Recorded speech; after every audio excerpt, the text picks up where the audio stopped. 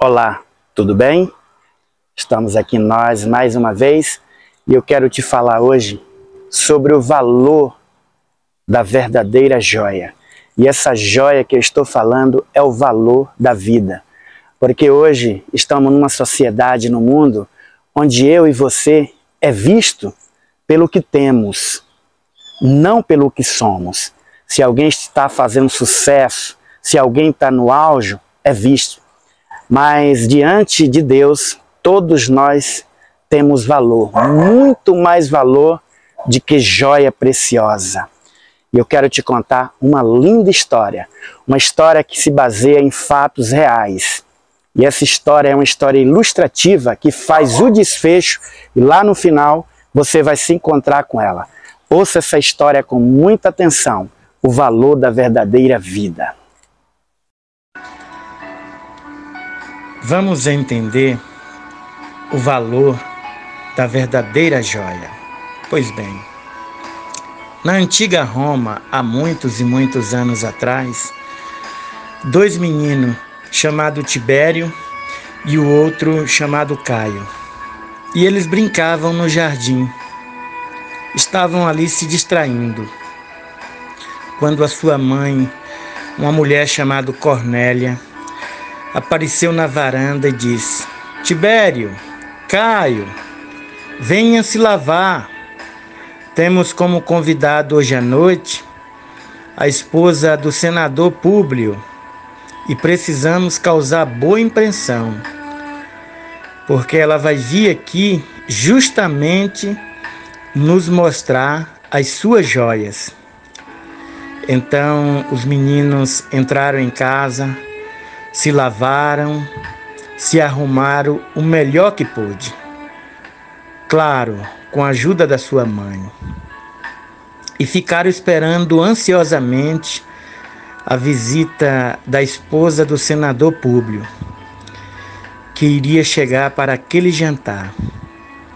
E aquela senhora, chamada Cornélia, muito simples e humilde, tinha apenas um vestido branco e nada mais. Não tinha nenhuma joia, nenhum enfeite. E aquela mulher preparou o melhor jantar que pôde. E tanto o Tibério como o Caio, seus dois filhos, ficaram esperando ansiosamente a chegada da esposa do senador.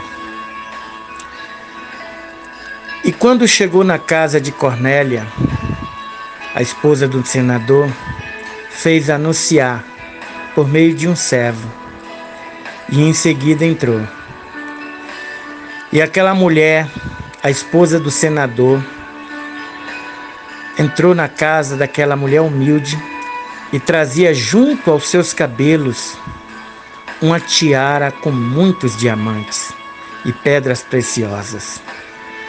O seu perfume encheu a casa, e as joias que aquela mulher trazia no seu corpo realmente ofuscava e brilhava de uma tal maneira que chamava mais atenção do que a própria mulher.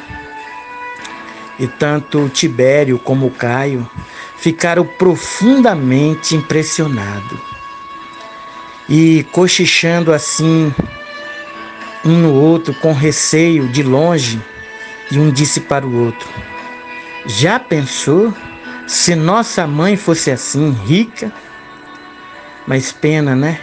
Que nossa mãe é tão pobrezinha, só tem um vestido. Olha que mulher linda e rica, parece uma rainha. E o outro menino concordou. E eles, olhando com interesse para aquela mulher tão majestosa, depois de sentar, a mulher disse para a mãe dos meninos, a Cornélia: você quer ver as minhas joias particulares? E Cornélia disse: sim, eu gostaria muito. Então ela bateu assim palma com as mãos e entrou o servo dela, trazendo um baú. E quando a esposa do senador romano abriu aquele baú de joia de todos os tipos, inclusive pedras preciosas, maravilhosa. Brilhava de dentro da caixa.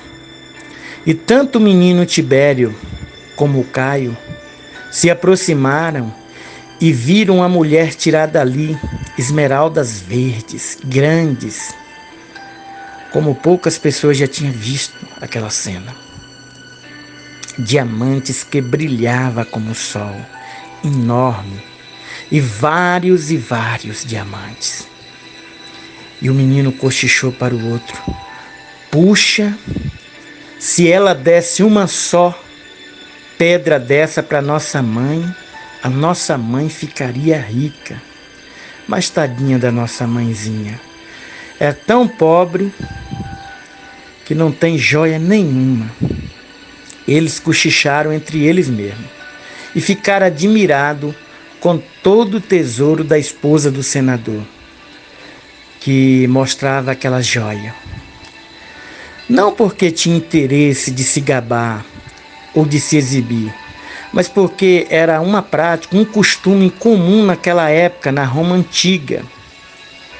E isso fazia parte da sociabilidade e da amabilidade das pessoas, de mostrar aquilo que possuía, aquilo que tinha de melhor, aquilo que tinha de mais precioso.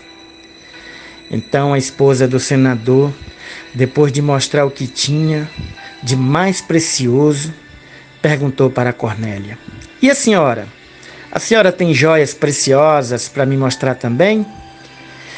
E o menino Tibério e Caio cochichou um com o outro: coitada de nossa mãe, vai passar vergonha, não tem joia nenhuma.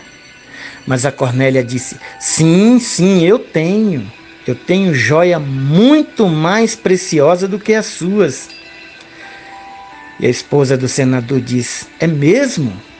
E espantou aquela mulher: é mesmo? E Tibério e Caio se olharam, e olhou um para o outro e disse: o que será que a mamãe está dizendo? E disse: eu tenho sim joias muito preciosas, muito mais preciosas do que seus rubis, suas safiras, suas esmeraldas, seus diamantes, seus ouros. Eu tenho joia muito mais valiosa do que todas as suas pérolas juntas. E ela disse isso com os olhos brilhando. E a esposa do senador disse: pois então, se você me quer bem e você quer me mostrar o que você possui de melhor, então deixe-me ver as suas joias. E Cornélia disse: com toda satisfação, com todo o meu prazer, eu te mostro as minhas joias preciosas. E levantando Cornélia, pegou Tibério e Caio e apresentou para a esposa do senador e disse: aqui estão minhas joias, mais preciosas, que valem mais do que todos os seus tesouros. Os meus filhos, Tibério e Caio. E a mulher do senador,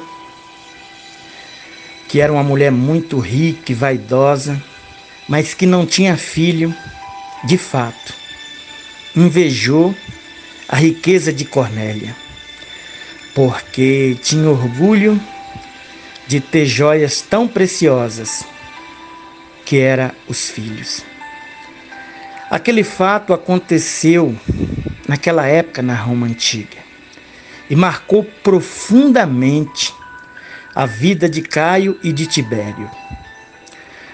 Quando eles cresceram, se tornaram grandes homens, se tornaram estadistas em Roma, homens de caráter, que possuíam a capacidade de influenciar multidões de pessoas nos seus discursos. Aqueles dois homens gostavam de lembrar essa cena, de contar para o povo romano aquele caso da sua mãe Cornélia, que os valorizou de tal maneira que fizeram deles se sentirem homens muito importantes. Fizeram sentir eles mais preciosos do que qualquer joia. E aqueles homens se tornaram grandes homens por causa da atitude da sua mãe que o valorizou. E quando Cornélia morreu, os cidadãos de Roma, tanto os governantes como o povo simples, os políticos, foram prestar uma grande homenagem. E viram ali, gravado na sua lápide, a seguinte frase: Cornélia, mãe de Tibério e de Caio, mulher sábia, jaz em paz. Aquela mulher recebeu uma justa homenagem e se tornou exemplo de uma mulher sábia, porque aprendeu a valorizar a coisa mais importante. Se tornou um exemplo para todas as mulheres de Roma. E até hoje também se tornou um exemplo para mulheres do nosso século. Porque os filhos realmente são joias preciosas dadas por Deus. E uma mãe valoriza essa joia, mesmo quando alguém diz que essas joias são falsas,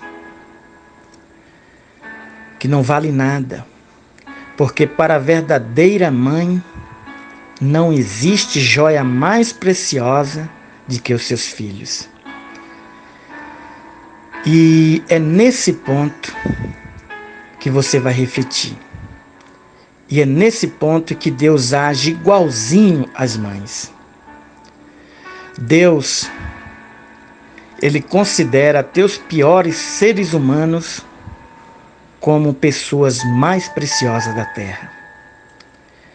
Por isso que Ele quer nos salvar. Somos joias de Deus. Muitas e muitas vezes joias brutas, joias sem brilho algum. Mas somos joias preciosas, que precisa ser lapidada. E não há ninguém melhor do que o Senhor Jesus para colocar o brilho e o valor na nossa vida. Deus e o Senhor Jesus nos valoriza mais do que qualquer coisa. Do que qualquer coisa nessa vida. E Ele nos valoriza mais do que diamante, do que ouro, pedras preciosas desse mundo. Você é para Deus joia preciosa. Pessoas tão valiosas que vale muito, muito. A nossa vida para Ele. Por isso que Deus, tomando o que tinha de melhor, de mais precioso no céu, seu Filho, e nos deu. Porque Deus amou o mundo de tal maneira que deu seu Filho unigênito, para que todo aquele que nele crê não pereça, mas tenha vida eterna. E Deus nos deu o seu Filho Jesus para lapidar o homem, para purificar o homem, para valorizar o homem.